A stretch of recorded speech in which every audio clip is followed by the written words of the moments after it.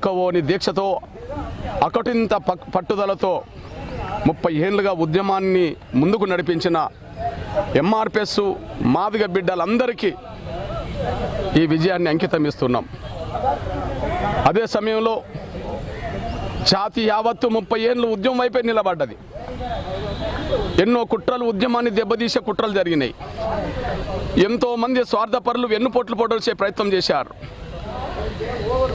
స్వార్థపరులైన పలుకుబడి వాళ్ళు అడ్డంకులు కల్పించే ప్రయత్నం చేశారు. అయినప్పటికీ సహనం కోల్పోకుండా, పట్టుదల వదలకుండా ఈ పోరాటాన్ని ముందుకు నడిపించాం. ఈ పోరాటం ఇవాళ విజయం సాధించిందంటే సమాజం యావత్తు, అన్ని వర్గాలకు సంబంధించిన సమాజం యావత్తు మాదిగ దండోరకు అండగా నిలబడ్డది. న్యాయం వైపు పోరాటం జరుగుతున్న సమయంలో న్యాయాన్ని గెలిపించడం కోసం జరిగిన ప్రయత్నంలో మాదిగ బిడ్డలు చేస్తున్న పోరాటానికి సమాజంలో ఉండబడే అన్ని వర్గాల పెద్దలు, భిన్న రాజకీయ దృక్పథాలు కలిగిన నాయకులైన పడుతున్న వాళ్ళు కూడా ఎస్సీ వర్గీకరణ సమర్థించి ఈ విజయంలో కీలకమైన పాత్ర పోషించారు. అందువల్ల ఈరోజు ధర్మమే గెలిచింది. ఈ ధర్మం గెలవడానికి కావలసిన పోరాటంలో విలువైన ప్రాణాలు కోల్పోయిన వాళ్లకు ఈ విజయాన్ని అంకితం ఇస్తున్నాం. అకుంఠిత దీక్షతో 30 ఏళ్ళుగా పోరాటం చేస్తున్న, అలుపెరగని పోరాటం చేసిన నా కార్యకర్తలకు, ఉద్యమకారులందరికీ ఈ విజయాన్ని అంకితం ఇస్తున్నాం. తీర్పును ప్రకటించిన, ఎస్సీ వర్గీకరణకు అనుకూలంగా తీర్పును ప్రకటించిన న్యాయమూర్తులందరికీ ప్రత్యేకంగా ధన్యవాదాలు చెప్తున్నాం. అంతేకాకుండా ఈ ప్రక్రియ వేగవంతం కావడానికి చాలామంది పెద్దల మద్దతు ఉన్నది.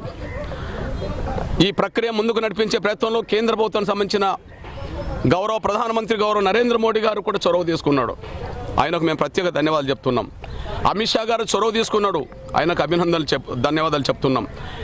అదే సమయంలో గతంలో ఈ ప్రక్రియను ముందుకు నడిపించే ప్రయత్నంలో పెద్దలు వెంకయ్య నాయుడు గారు చొరవ తీసుకున్నాడు, ఆయనకు మేము ధన్యవాదాలు చెప్తున్నాం. ఇప్పుడున్న పరిస్థితిలో కిషన్ రెడ్డి గారు దీన్ని భుజానేసుకొని ముందుకు నడిపించే ప్రయత్నం చేశాడు, ఆయనకు ధన్యవాదాలు చెప్తున్నాం. అదే సమయంలో రఘునందన్ రావు నుంచి మొదలుకుంటే, సంజయ్ గారి నుంచి మొదలుకుంటే, ఈటల రాజేందర్ నుంచి మొదలుకుంటే ప్రతి ఒక్కరి పాత్ర, ప్రతి ఒక్కరి బాధ్యత కూడా ఈ విజయంలో ఉన్నది. వాళ్ళందరికీ నేను ధన్యవాదాలు కూడా తెలియజేస్తున్నాను. అదే సమయంలో ఇవాళ షెడ్యూల్ కులాల వర్గీకరణ అనేది గతంలో చంద్రబాబు నాయుడు గారు ప్రభుత్వం చేసింది. ఆనాడు వర్గీకరణ చేసింది చంద్రబాబు నాయుడు గారే.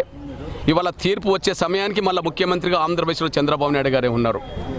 ఆ వర్గీకరణ చేసిన చంద్రబాబు నాయుడు గారికి మేము ప్రత్యేకంగా ధన్యవాదాలు చెప్తున్నాం. ఆయన ఆనాడు వర్గీకరణ చేయకపోతే వేలాది ఉద్యోగాలు గతంలో మాకు వచ్చేది కాదు, విద్యా అవకాశాలు మాకు వచ్చేది కాదు. ఈరోజు పోరాటం ముందుకు నడిపించడం వల్ల మన న్యాయం బతికింది అంటే ఆయన తీసుకొచ్చిన చట్టం వల్లనే మళ్ళీ న్యాయం బతికినట్టుగా జరిగింది.